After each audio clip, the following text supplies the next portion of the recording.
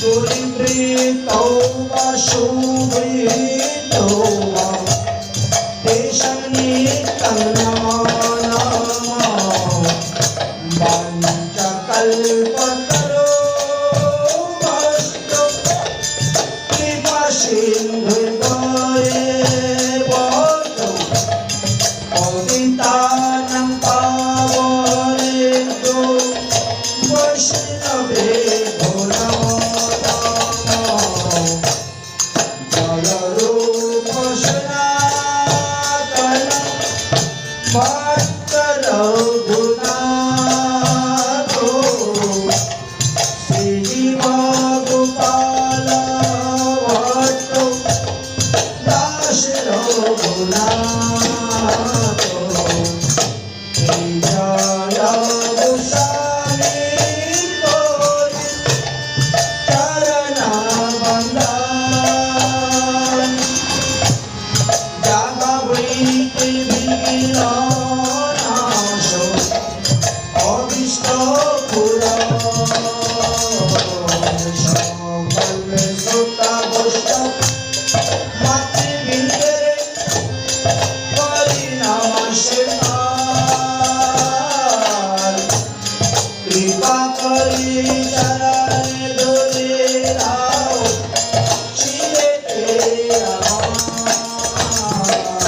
दूरी में कभी में बरसो सरते पावे नमते मोहो शक्ति पादस्ति दाने संतो संतो यवनमन शक्ति पादस्ति दाने संतो संतो यवनमन शक्ति पादस्ति दाने संतो संतो यवनमन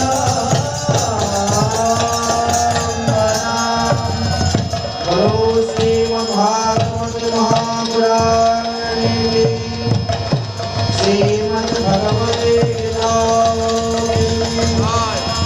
जय जय श्री राधे ग्रंथेर आरम्भे करी मंगलाचरण गुरु वैष्णव भगवान तीनेरই স্মরণ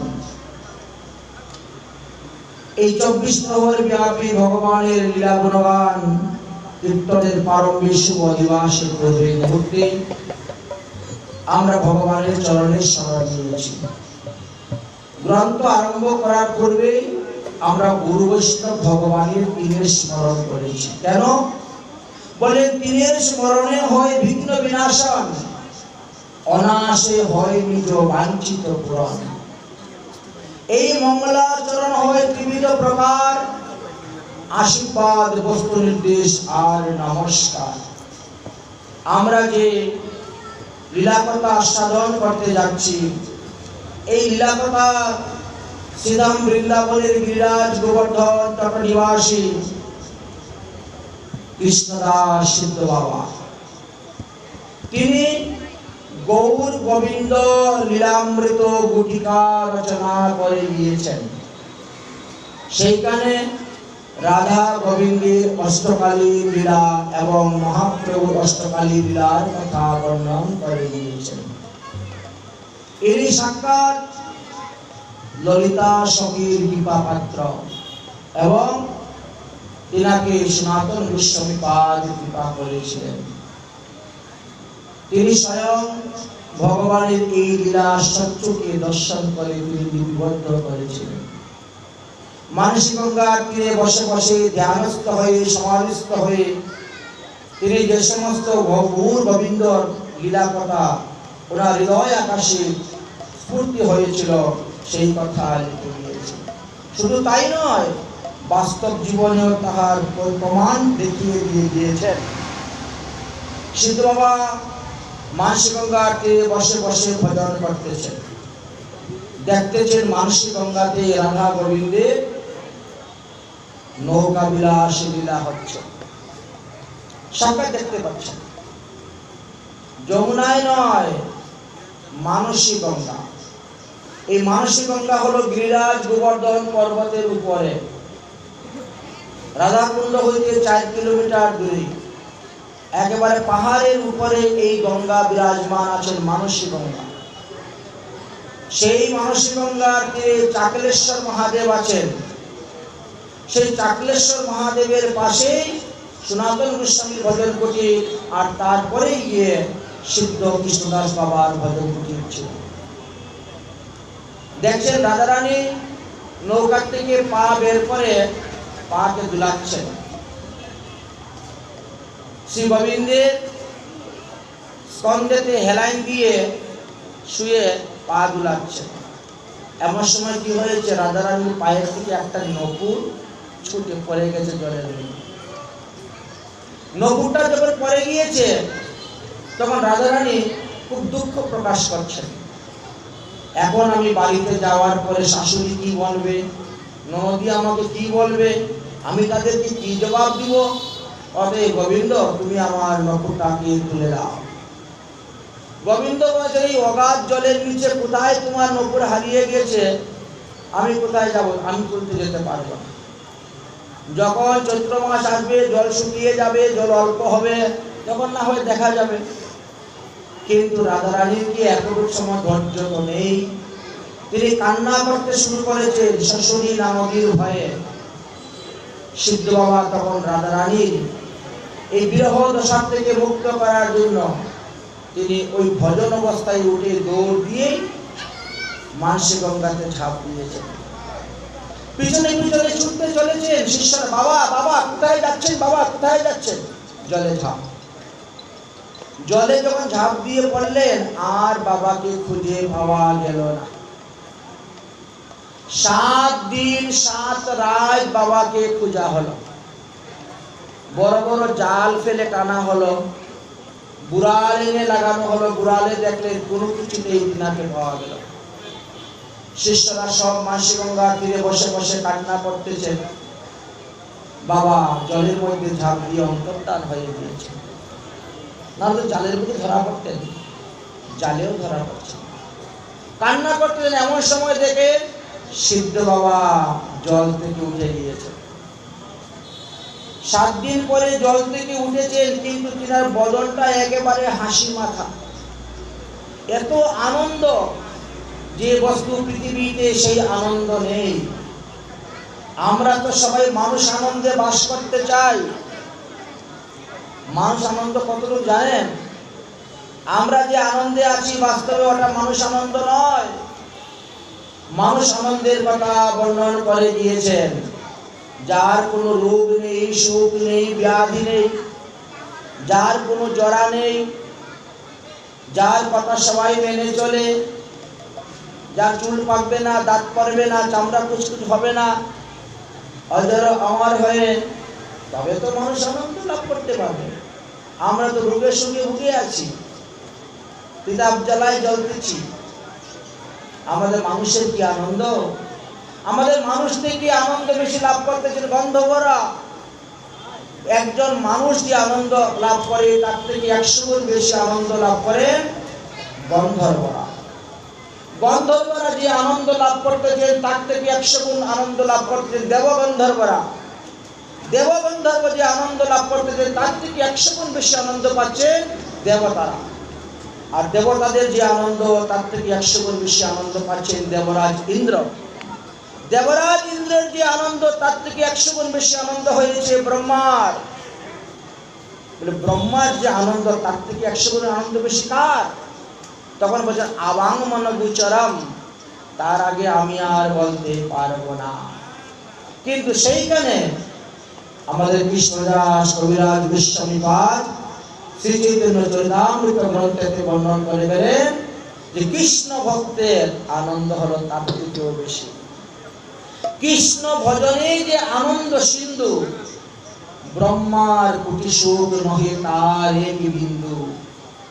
সেই কৃষ্ণ, সেই রাধারানীর সাক্ষাৎ দর্শন করে তিনি নপুরটাকে জল থেকে তুলে রাধারানীর চরণে নপুর পরিয়ে দিয়ে তারপরে তিনি উঠে এসেছেন।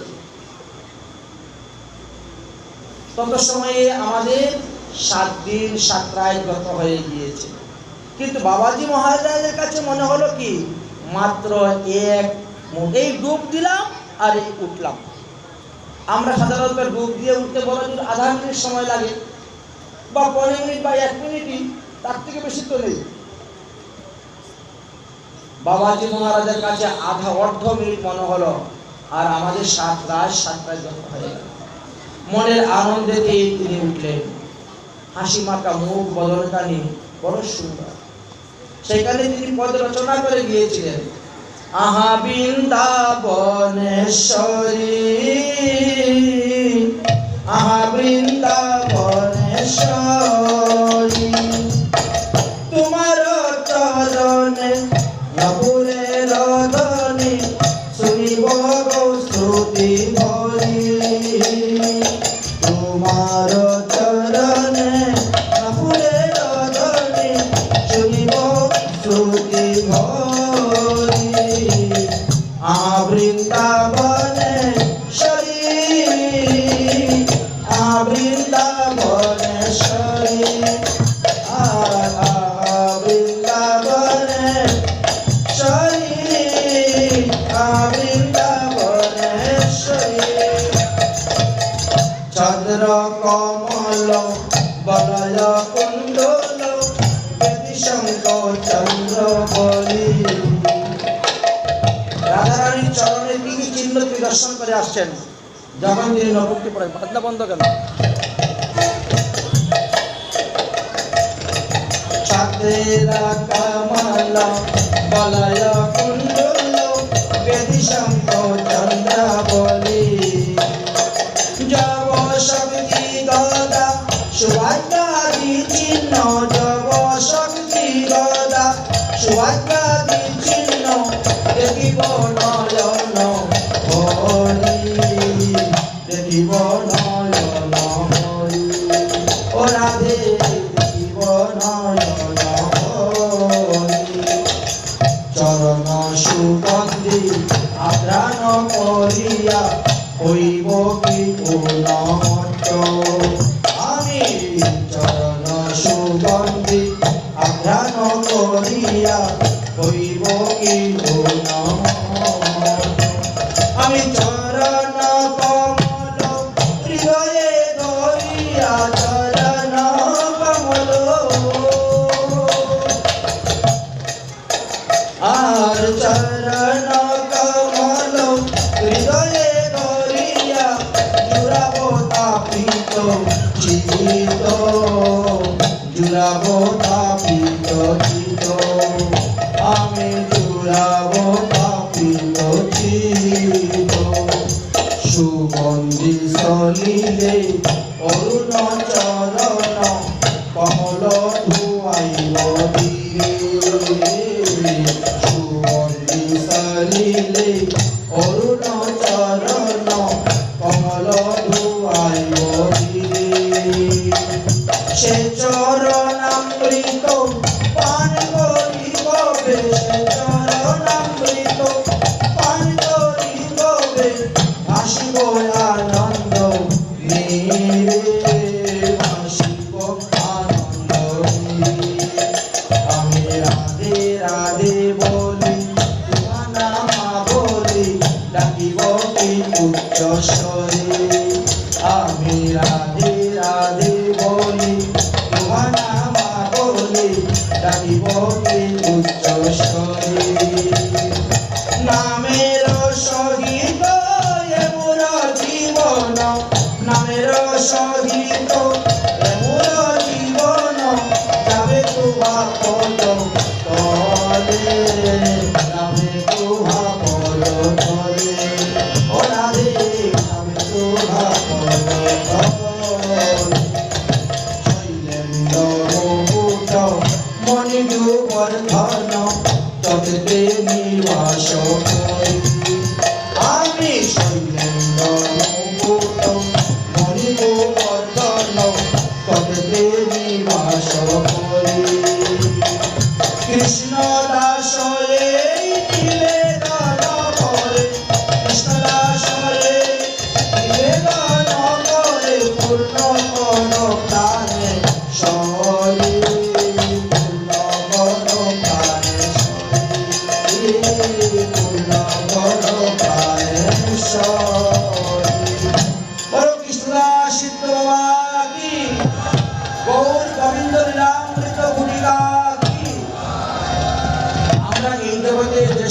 কষ্টকালীন লীলা শ্রবণ করি। এই সিদ্ধ কৃষ্ণদাস বাবাজি মহারাজের বিরচিত লেখা। তার পরবর্তী সময়ে অন্যান্য পদকর্তাগণ তার বিস্তার করেছেন, প্রচার প্রসার আরো বাড়িয়ে দিয়েছেন। কিছু কিছু আকর লাগিয়ে দেওয়া হয় না, মহাজনের পদ থেকেও কিছু কিছু আকর লাগিয়ে বাড়িয়ে দেওয়া হয়। সেইভাবে মনোরঞ্জনের জন্য অনেকে অনেকভাবে তৈরি করে গিয়েছে।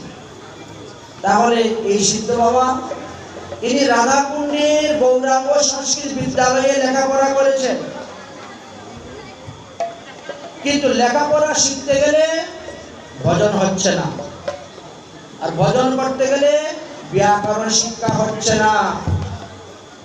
এখন স্কুলে যিনি পণ্ডিত মশাই আছেন, তিনি একদিনের পড়া আরেকদিন মুখস্থ করে না দিলে তো তার আগে আর পড়া দিচ্ছেন না।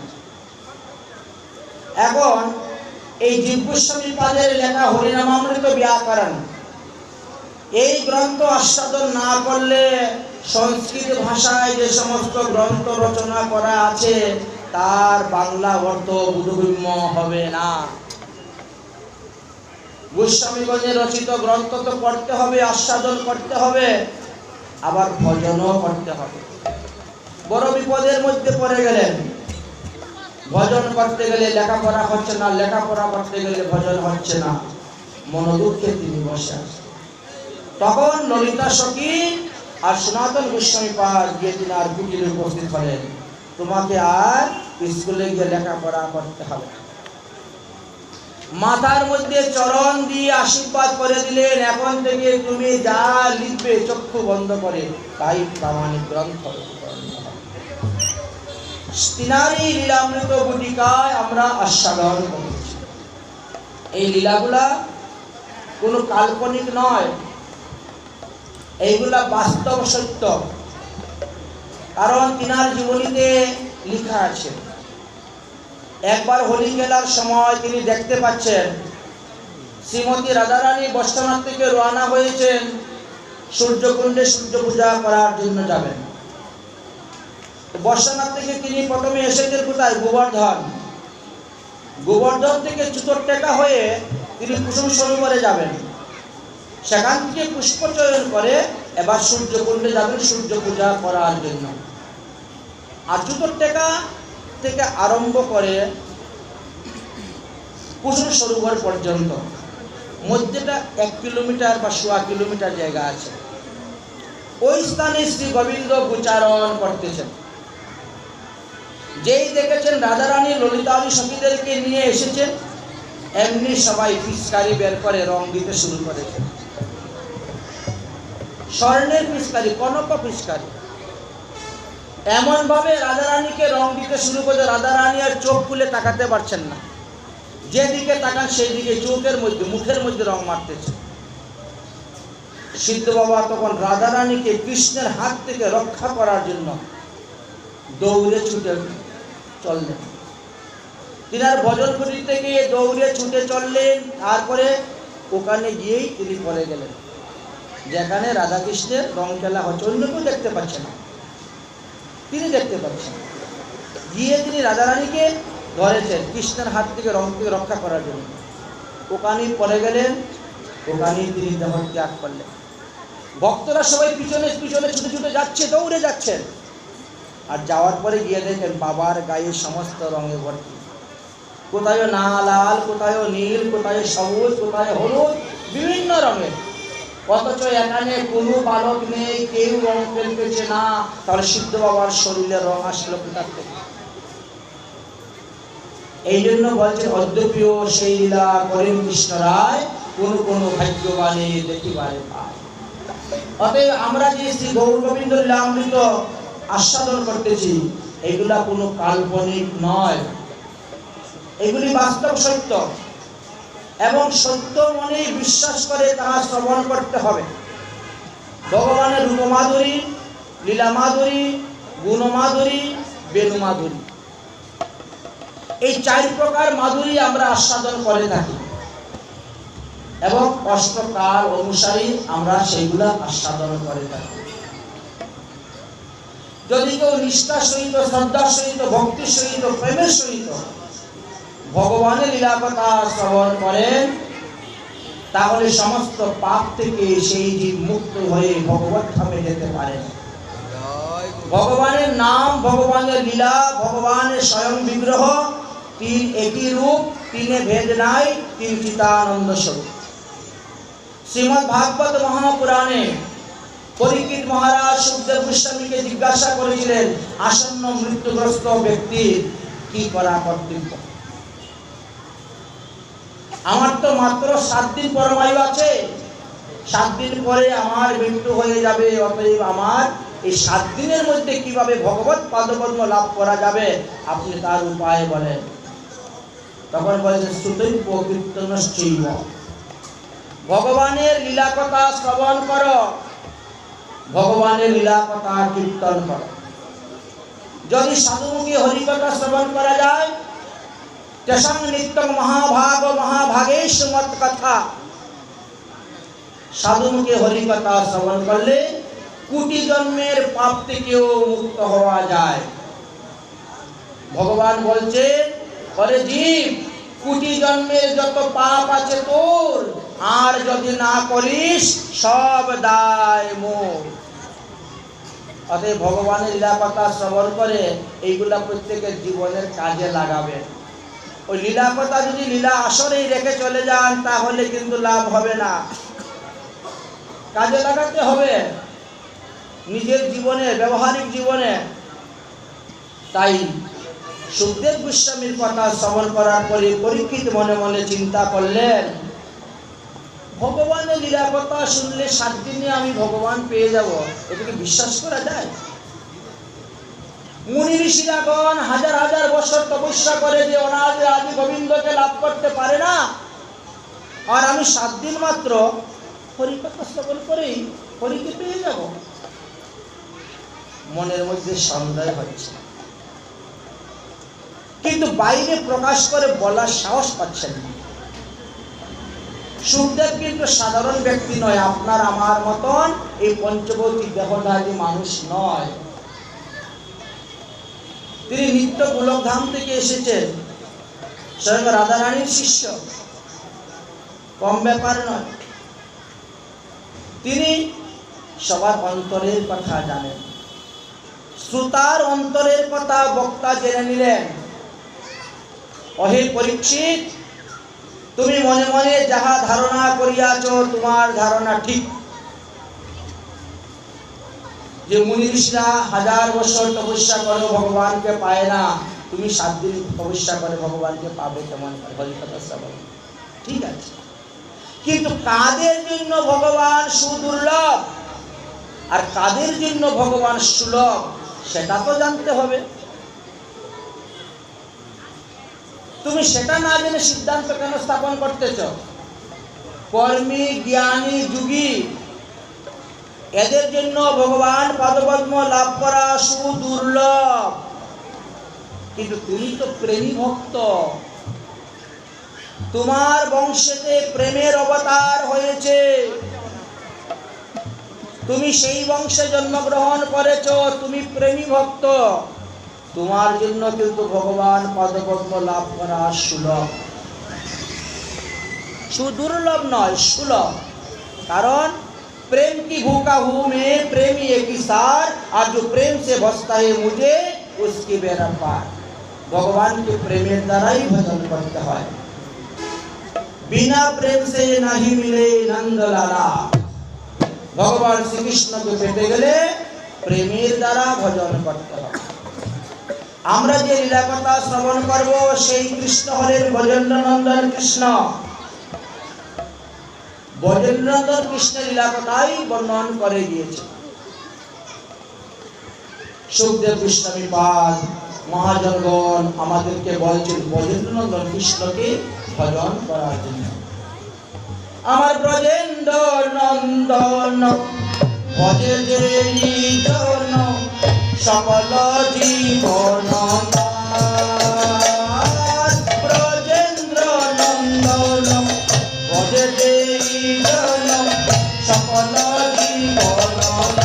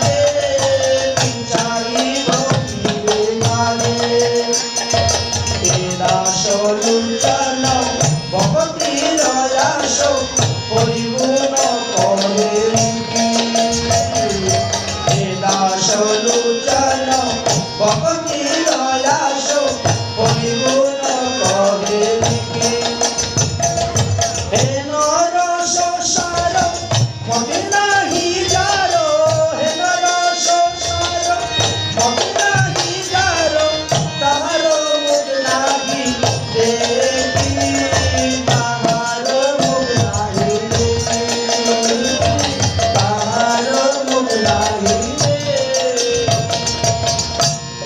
আমরা যে কৃষ্ণলীলা আস্বাদন করতে বসেছি সেই কৃষ্ণ হলেন ব্রজেন্দ্র নন্দন কৃষ্ণ, সেই কৃষ্ণ হলেন নন্দনন্দন কৃষ্ণ, সেই কৃষ্ণ হলেন যশোদানন্দন কৃষ্ণ, যিনি শ্লোকলায় পরিপূর্ণ, যিনি পূর্ণতম।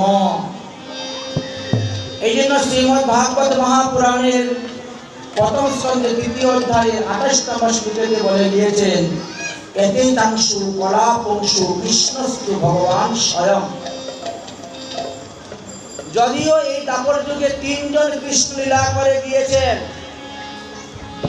এক হলেন মথুরার কৃষ্ণ দেবকী নন্দন কৃষ্ণ, এক হলেন বৃন্দাবনের কৃষ্ণ যশোদানন্দন কৃষ্ণ, আর এক হলেন দ্বারকার কৃষ্ণ। ললিত মাধব নাটক এবং বিদগ্ধ নাটক রূপ গোস্বামী পাদের লেখা গ্রন্থ যদি আস্বাদন করতে পারে তাহলে দেখতে পাবেন এই ৩ কৃষ্ণ ৩ স্থানে ৩ রকম লীলা করে দিয়েছেন। আমরা যারা গৌড়ীয় বৈষ্ণব বা আমরা যারা ৪ সম্প্রদায়ের বৈষ্ণব, আমরা ৪ সম্প্রদায়ের বৈষ্ণব যারা, আমরা সবাই ব্রজেন্দ্রনন্দন শ্রীকৃষ্ণকেই ভজন করি।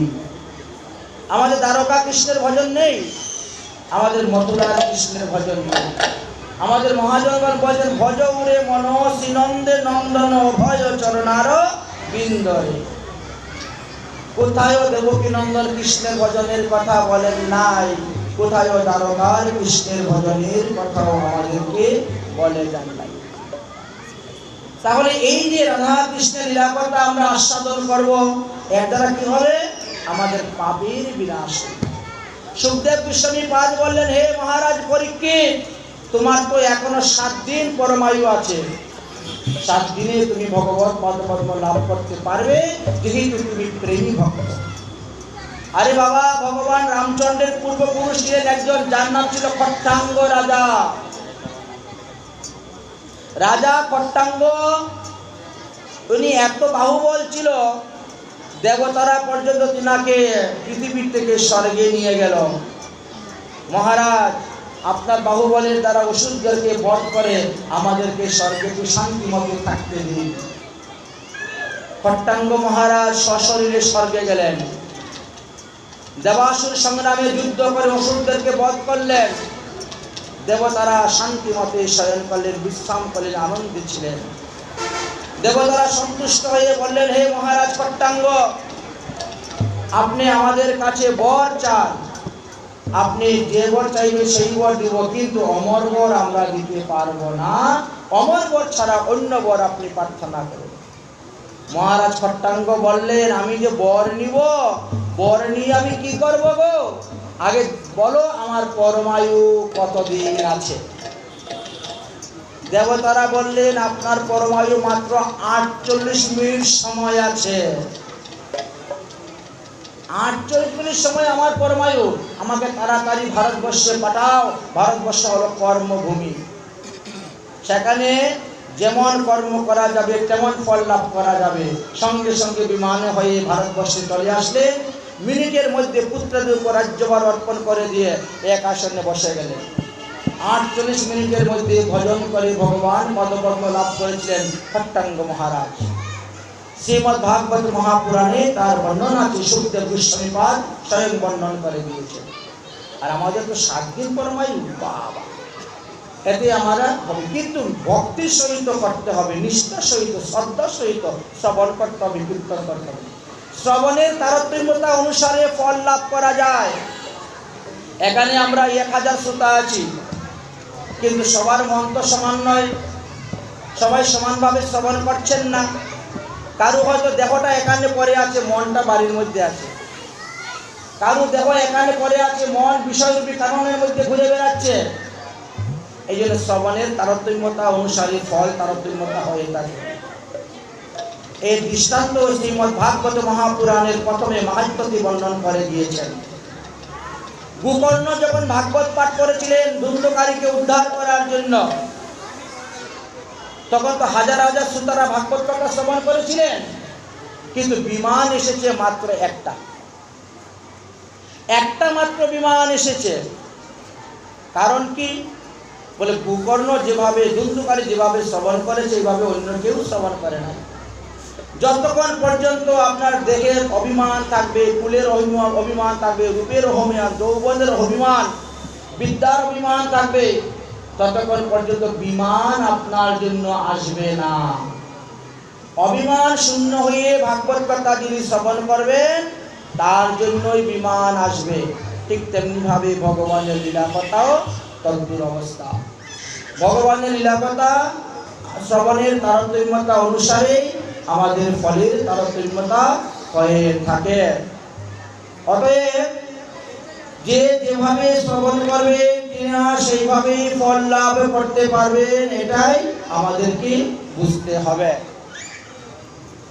যাই হোক, তাহলে বোঝা গেল কি নিষ্ঠার সহিত, ভক্তির সহিত, প্রেমের সহিত, শ্রদ্ধার সহিত ভগবানের লীলা কথা শ্রবণ করতে হবে। শ্রদ্ধা শব্দের অর্থ হলো বিশ্বাস। বিশ্বাসটাকে আগে দৃঢ় করতে হবে। একটা বিশ্বাসের উদাহরণ দিচ্ছি, শুনো। শ্রীধাম বৃন্দাবনে এক ব্রজগোপী মাথার মধ্যে দধি নিয়ে গ্রামে গ্রামে ঘুরে ঘুরে দধি বিক্রি করে।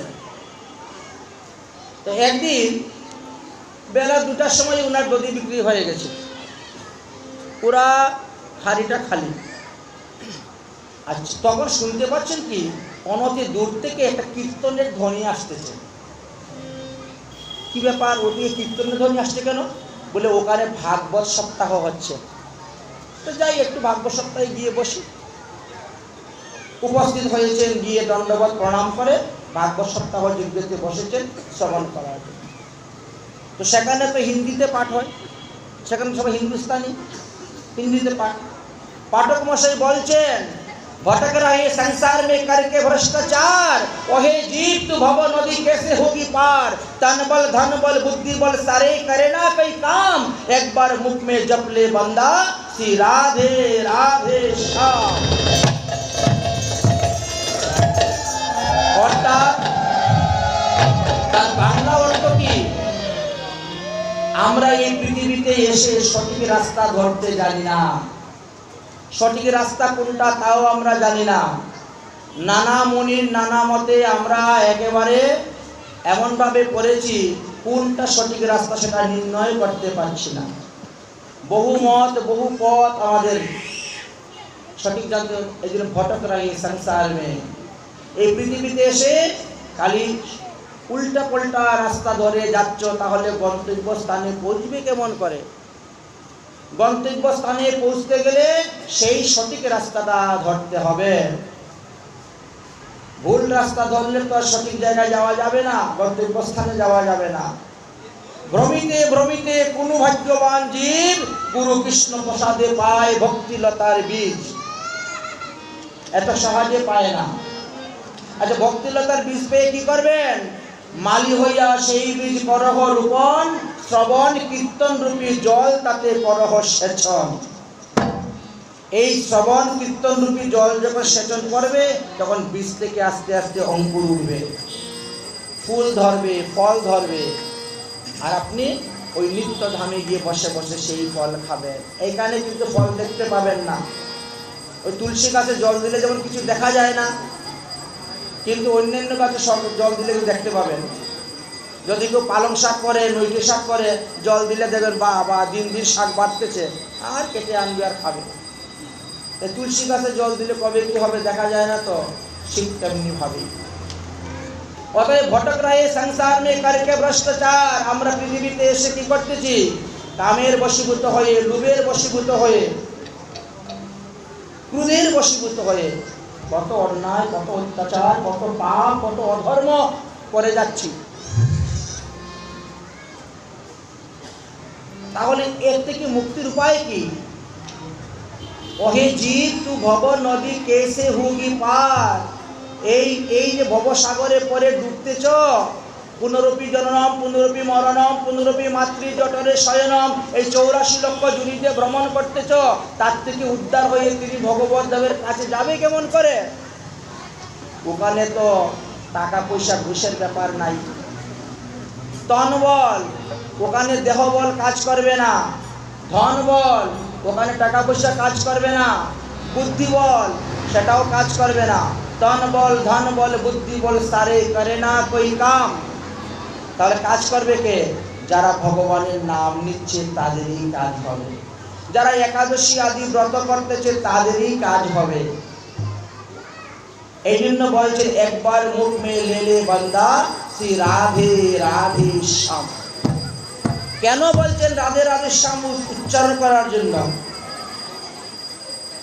1000 বার বিষ্ণু নাম উচ্চারণ করলে যেই ফল লাভ করা যায়,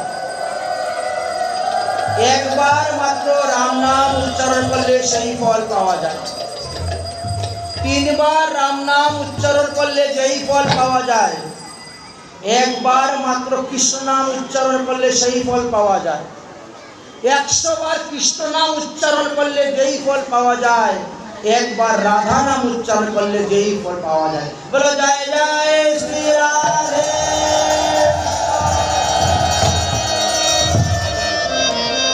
कृपा करेंगे राधा रानी श्री वृंदावन जाओ, राधे राधे राधे राधे राधे राधे जाओ, राधे राधे राधे राधे राधे राधे।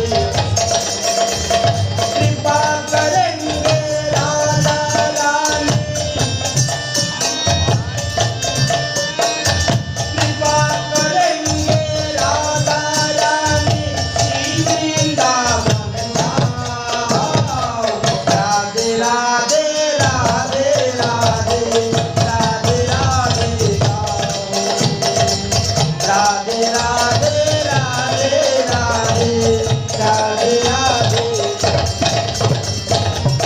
राधे राधे राधे राधे राधे राधे जाओ।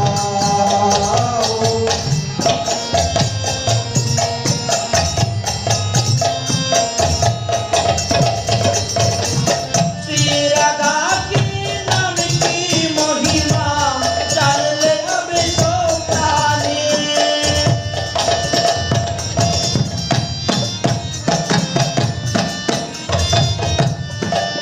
ओ श्री राधा की नाम की महिमा जान ले अब तो प्राणी, राधा नाम से पार उतार गया पापियों रोज़गारी, राधा नाम से पार उतार गया पापियों रोज़गारी। झूम झूम के राधा नाम को, झूम झूम के राधा नाम को मस्ती में तुम गाओ, राधे राधे राधे राधे राधे राधे जाओ, राधे राधे राधे राधे राधे राधे जाओ।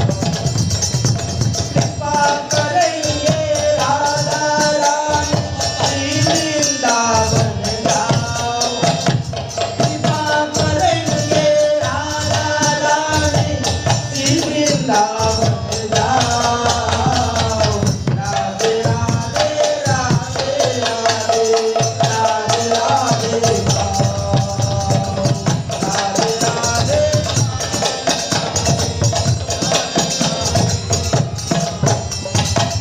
राधे राधे जो कोई गावे जीवन सफल बना ले, राधे राधे गावे जीवन सफल बना,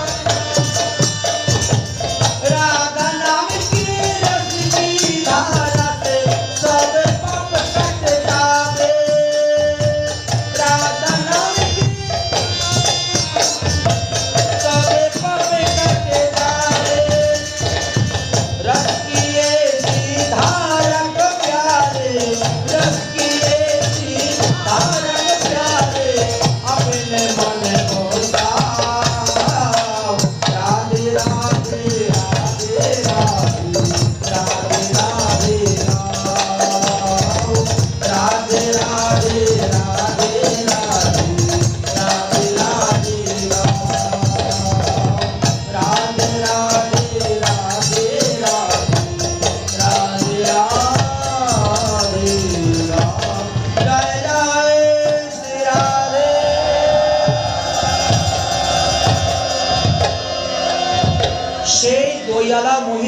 চিন্তা করলেন কি,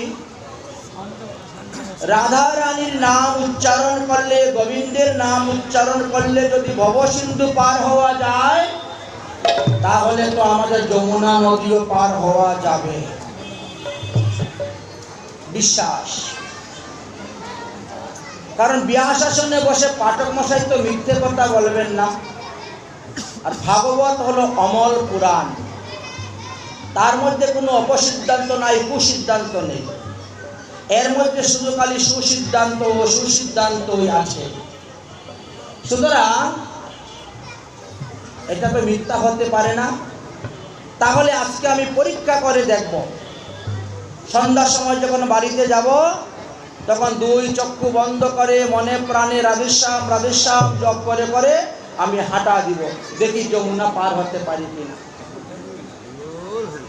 যদি যমুনা পার হতে পারি তাহলে তো বিশ্বাস এসে গেল, অবশ্যই। এবার কি হলো, ওই বাক্য বিশ্বাস করে তিনি রওনা হলেন। এই বাক্য বিশ্বাস করে তিনি রওনা হলেন। ধীরে ধীরে ধীরে ধীরে দেখা যায় যমুনা পার হয়ে ওপারে চলে গিয়েছেন। আহা, কি ভুলটাই না করলাম। যদি আরো 10 বছর আগে আমি ভাগবত পাঠ শুনতাম, তাহলে 10 বছরে আমার কতগুলা টাকা বেঁচে যেত। আজকে ভাগবত পাঠে গিয়ে তো আমার অনেক লাভ হয়ে গেছে। প্রতিদিন খেওয়া পার হতে 1 আনা লাগে, আবার পার হতে যেতে 1 আনা লাগে, প্রতিদিন 2 আনা লাগে। তখনকার দিনে তো আনা হিসাব ছিল। তো যেতে 1 আনা, আসতে 1 আনা, 2 আনা পয়সা আমার বেঁচে যেত। তাহলে বছরে তো অনেকগুলা টাকা আমার হয়ে যেত। এই জন্য তো মানুষ বলে যে ভাগবত কথা শ্রবণ করতে যাও। কিন্তু আমরা মনে করি ভাগবত কথা শুনলে কি লাভ হয়, তাই না? আরে বাবা, শুনলেই লাভ। তব কথামৃতম তপ্ত জীবনম কবিভীরিতম কলমসাপহম শ্রবণং মঙ্গলম শ্রীমপাদম ভূরিনন্তি ভূরিদা জনা। ভগবানের লেখতা শ্রবণ করাই আমাদের মঙ্গল। শ্রবণম মঙ্গলম। আমরা যত শ্রবণ করব ততই লাভ। আচ্ছা, সেই বুড়ি মায়ের কি হলো? এখন আর নৌকায় পার হতে হয় না। প্রতিদিন দধি মাথায় নেন আর মনে প্রাণে রাধেশ্যাম রাধেশ্যাম জপ করতে থাকেন আর হাঁটতে থাকেন, আর মা যমুনা তিমাকে রাস্তা দিয়ে দেন। কারণ যমুনা হলেন রাধা, যমুনা হলেন ভগবান শ্রীকৃষ্ণের প্রিয়সী পাটরান যমুনা। তাই তিনি ভক্তকে রাস্তা দিয়ে দিচ্ছেন। ভক্ত চিন্তা করলো, অনেক দিন ধরে আমি যমুনা এপার ওপার হচ্ছি, আমার কোনো খেওয়া ভাড়া লাগে না, নৌকা ভাড়া লাগে না, অনেকগুলি পয়সা জমা হয়ে গেছে। তাহলে সেই পয়সা দিয়ে আমি এখন গুরুদেবের সেবা দিব, সাধুগুরু বৈষ্ণবের সেবা দিব, ভগবানের সেবা দিব, ভগবত ভক্তের সেবা দিব। পয়সা যদি ভগবত সেবায় না লাগানো হয় তাহলে অর্থ থেকে অনর্থ উৎপন্ন হয়। তাই আমরা যা কিছু আয় করি সেই আয়ের 10 ভাগের 1 ভাগ ভগবত সেবায় খরচ করলে আর কোনো অনর্থ উৎপন্ন হবে না। না হলে ওই কিছু ডাকাতে নিয়ে যাবে, কিছু পুলিশে নিয়ে যাবে, কিছু গুন্ডা বদমাশরা নিয়ে যাবে, কিছু ডাক্তারে নিয়ে যাবে, কিছু উকিলে নিয়ে যাবে। রোগ শোক ব্যাধি মামলা মোকদ্দমা কেস এই করে করে অর্থটা নষ্ট হয়ে যায়। এই জন্য অর্থকে ভগবত সেবায় লাগাতে হয়। সেই বুড়িমা গুরুদেবের কাছে গিয়ে উপস্থিত, গুরুদেব আপনার কৃপাতে আমার অনেকগুলি পয়সা জমা হয়ে গিয়েছে, তাই আমি চাচ্ছি একদিন আমি ভাগবত পাঠ দিব আমার বাড়িতে, সমস্ত সাধুদেরকে নিমন্ত্রণ করব। আপনাকে কিন্তু 1 রাত্রি আমার বাড়িতে থাকতে হবে। বলেন আপনি কোন দিন যেতে পারবেন? গুরুদেব ডায়েরি বের করে দেখলেন যে আগামী কল্য ফাঁকা আছে, কোথায় কোনো পাঠ নেই, কোনো অনুষ্ঠান নেই। ওমা, আগামী কল্য তোমার বাড়িতে যেতে পারবো, 1 রাত্রি তোমার এখানে থাকতে পারবো।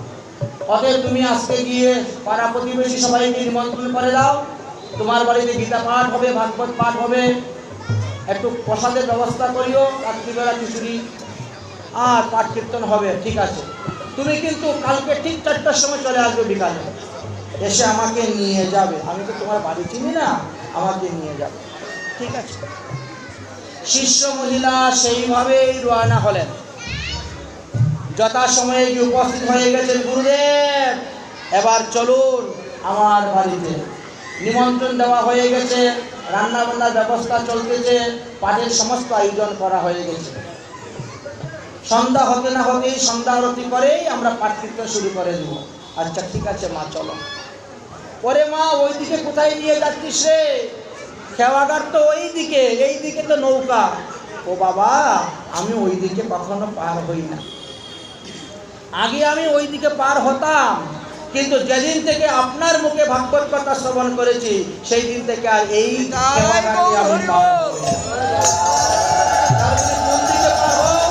আমি ওই দিকে পার হই।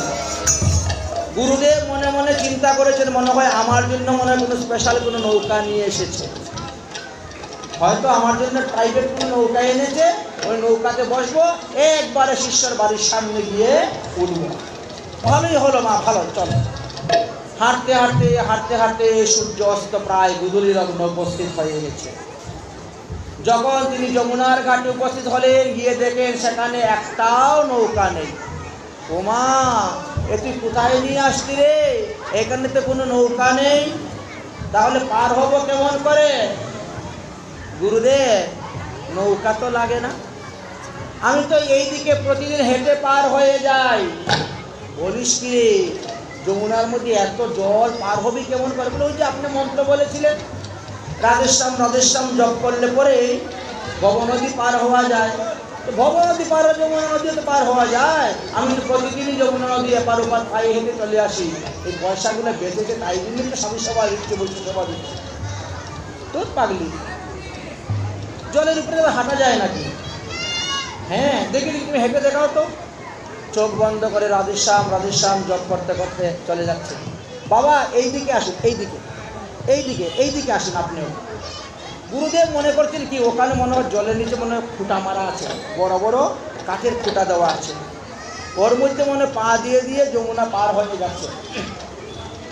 যেই গুরুদেব পা দিয়েছেন, এমনি কমর জলের মধ্যে ডুবে গেছেন, কমর জল ডুবে গেছেন। শিষ্য দৌড়ে এসে গুরুদেবের হাত ধরেছে। ওমা, এখানে তো কোনো খুঁটা নেই, তাহলে তুমি জলের উপর দাঁড়িয়ে আছো কেমন করে? তুমি কি কোনো ভূত না পেতনি? তুমি জলের উপর দাঁড়িয়ে? বলে, না, আমি তো তোমারই শিষ্য। গুরুজি জপলে রাধে শ্যাম, গুরুজি জপলে রাধে শ্যাম, গুরুজি জপলে রাধে। আমাকে পড়তাল দাও, জপলে রাধে শ্যাম। বৃন্দাবনের গান ধুম ধুমদার একটা বাজনা, ওই রকম নয়। গুরুজি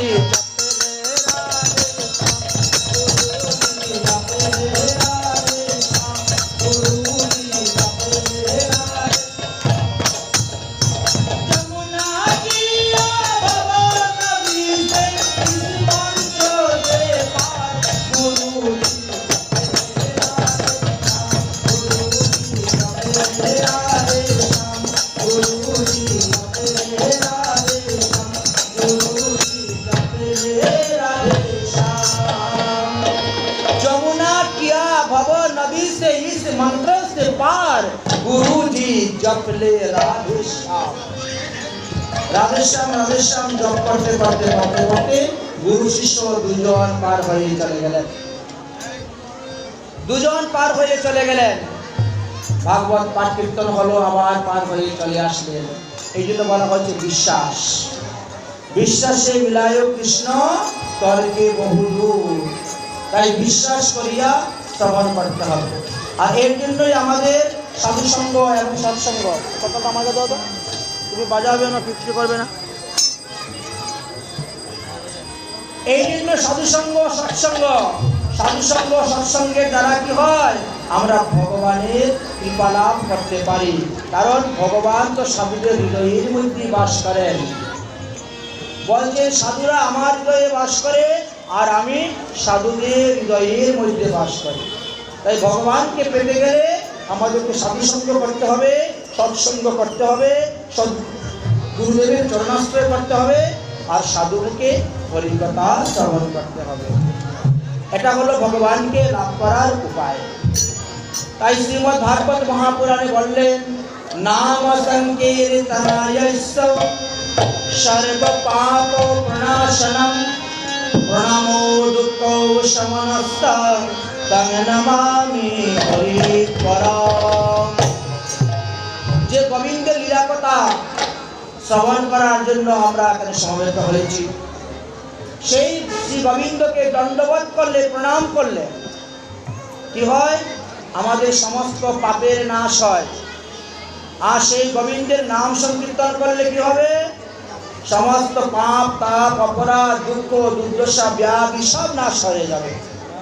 ভগবানকে প্রণাম করার এতই শক্তি, এতই মহিমার কথা বর্ণন করলেন।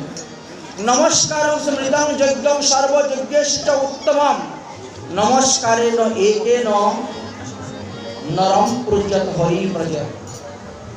নমস্কারকে বলা হয়েছে যজ্ঞ। আমাদের 5 প্রকার যজ্ঞ কলিযুগে চলবে। এক হলো নাম যজ্ঞ, দ্বিতীয় হলো হোম যজ্ঞ, তৃতীয় হলো জ্ঞান যজ্ঞ, চতুর্থ হলো যাগ যজ্ঞ, আর পঞ্চমে হলো তপ যজ্ঞ। এই 5টি যজ্ঞ আমাদের চলবে। তার মধ্যে এই নমস্কার হলো একটি যজ্ঞ। নমস্কারের দ্বারা কি হয়? আমাদের অহংকার, অভিমান দূর হয়। নমস্কারের দ্বারা আমাদের অহংকার চূর্ণ হয়। তাই ভগবানকে যদি কেউ কায় মনোবাক্যে প্রণাম করে, তাহলে তার সমস্ত পাপ নাশ হয়ে যায়। তিনি কিতাব জ্বালা থেকে মুক্তি লাভ করতে পারেন। শ্রীমদ্ ভাগবত মহাপুরাণের প্রথমেই বলেছেন, সচিদানন্দ রূপায় বিশ্ব উৎপত্তাদি হেতবে তাপত্রয় বিনাশায় শ্রীকৃষ্ণায় বয়ং নমঃ। ভগবান শ্রীকৃষ্ণকে যিনি প্রণাম করবেন, তাকে আর মাতৃগর্ভে এসে জন্মগ্রহণ করতে হয় না। কিন্তু 10 বার অশ্বমেধ যজ্ঞ যিনি করেছেন, তাকে মাতৃগর্ভে এসে জন্মগ্রহণ করতে হবে। তাই শ্রীকৃষ্ণস্য প্রণামামি পুনর্ন ভবায়। যারা ভগবানকে প্রণাম করেন, তাদেরকে আর মাতৃগর্ভে আসতে হয় না। অতএব শ্রদ্ধার সহিত, ভক্তির সহিত, প্রেমের সহিত আপনারা ভগবান শ্রীকৃষ্ণকে প্রণাম করবেন। সত্যনাপি নমস্কারং সাঙ্গবে সন্নধন্যবে শতজন্মাদিতং পাপং তৎক্ষণাৎ এবং নশ্যতি।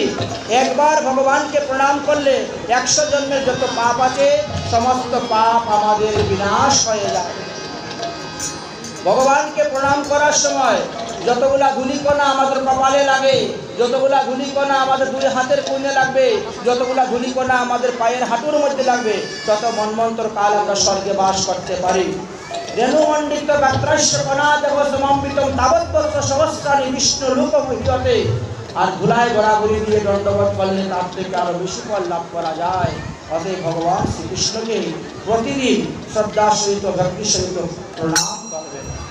মহাজনগণ বলছেন, কৃষ্ণ জিনকা নাম হে, গৌর জিনকা নাম হে, এই ভগবান কো বার বার প্রণাম হে।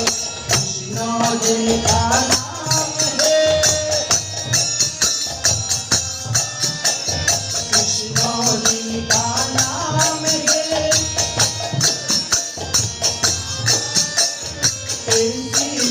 भगवान को बार बार प्रणाम रे।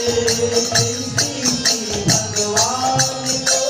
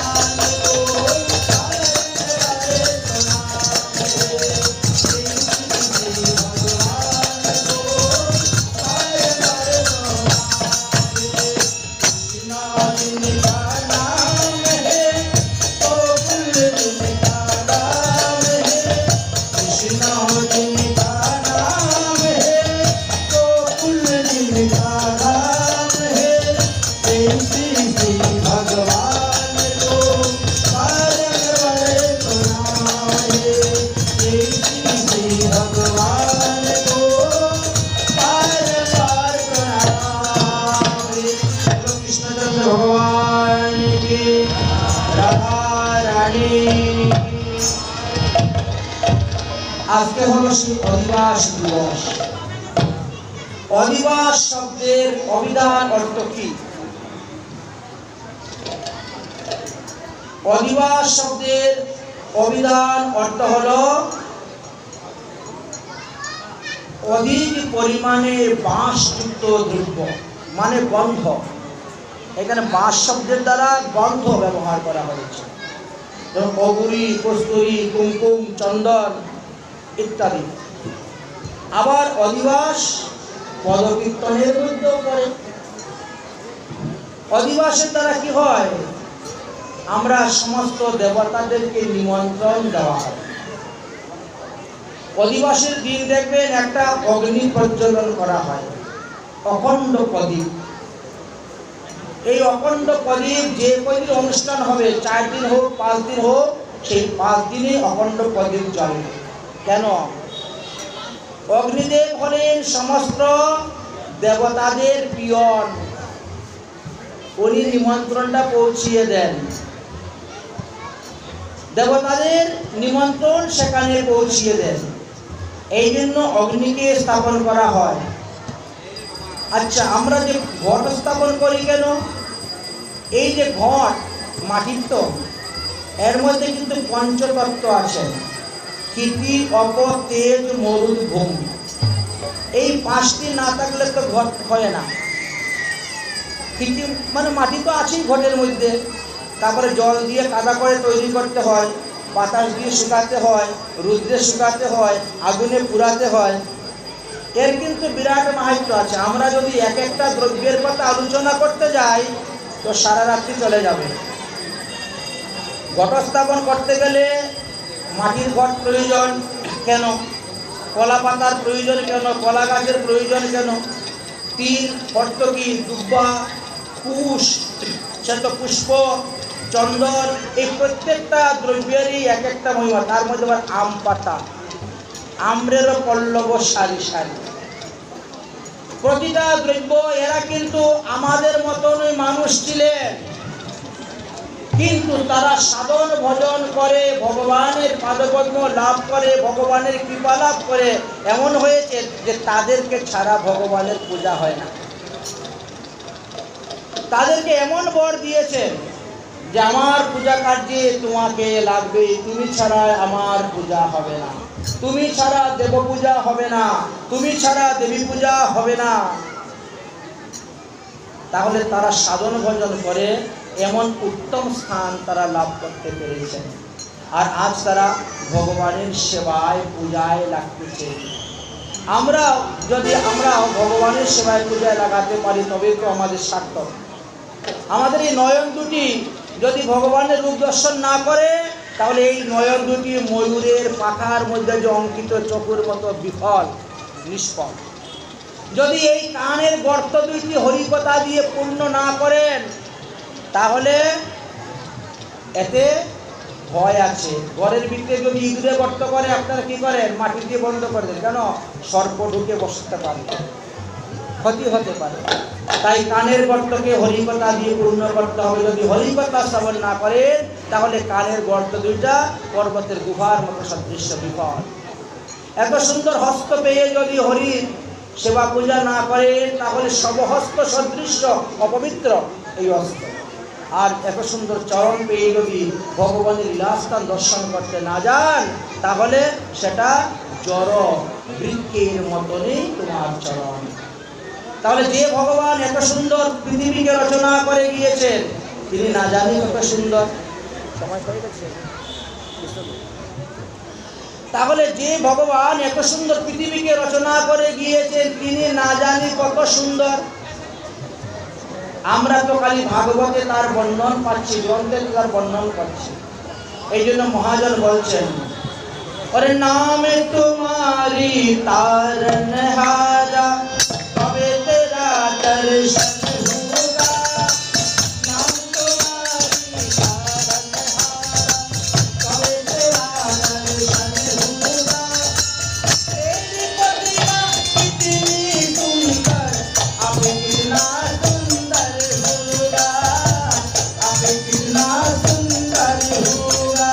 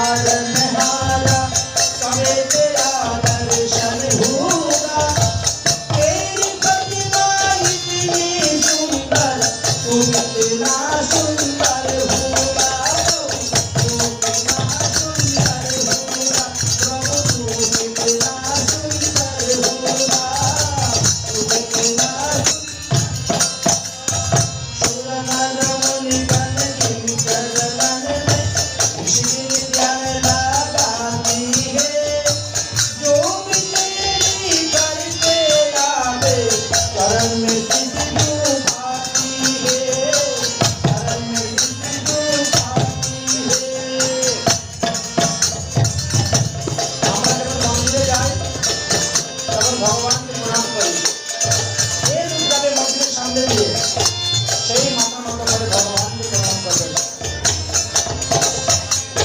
সুরানা রমনে গনে দিনতা রমনে ইসকি দিয়া মে না দাতি হে जो मिले करते आवे चरण में सिद्धि को पाती है, चरण में सिद्धि को पाती है, अपने दिल को पाने है गीतों का सरगम होगा, तेरी रचना इतनी सुंदर तुम इतना सुंदर होगा, तुम इतना सुंदर होगा, नाम तुम्हारी पालनहारा कब तेरा दर्शन होगा, नाम तुम्हारी पालनहारा कब तेरा दर्शन होगा, तेरी प्रतिमा इतनी सुंदर तुम इतना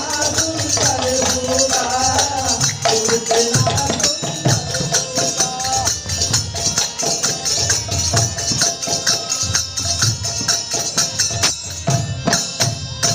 दीन दयाल दया की सागर जग में नाम तुम्हारा है।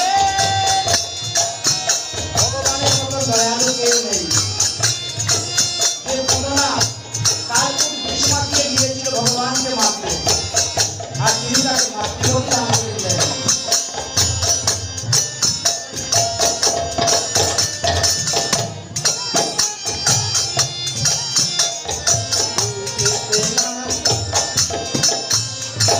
दीन दयाल दया की सागर गंगा तुम्हारा है, तुम बिने मेरी बाल कृष्ण यहाँ कोई नहीं हमारा है, कोई नहीं हमारा है, मेरा ये जीवन तो प्यारे, मेरा ये जीवन तो प्यारे, तेरा ही अर्पण होगा, तेरी करुणा इतनी सुंदर तुम इतना सुंदर होगा, प्रभु तुम इतना सुंदर होगा, प्रभु तुम इतना सुंदर होगा।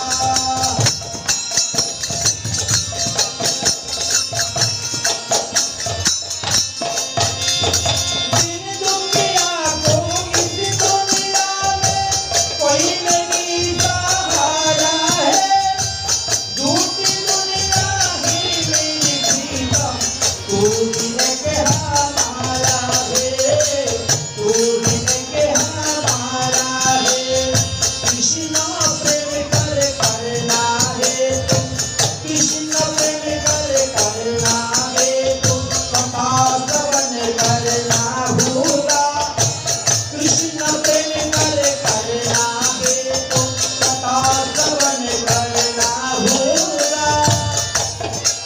যতদিন ভগবান লীলাকথা শ্রবণ করবে ততদিন ভগবানকে ভালোবাসবে।